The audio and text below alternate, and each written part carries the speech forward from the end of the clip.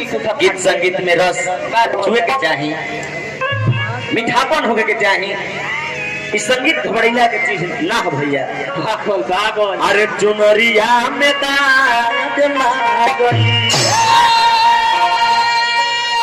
लेकिन ना हमने के कहे के दावा क्या कहे के बा?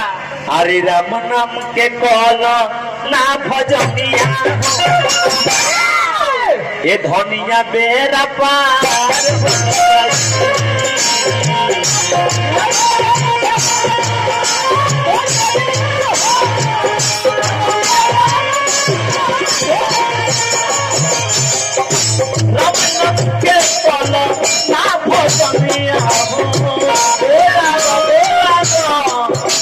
धनिया सुबह के समय भैया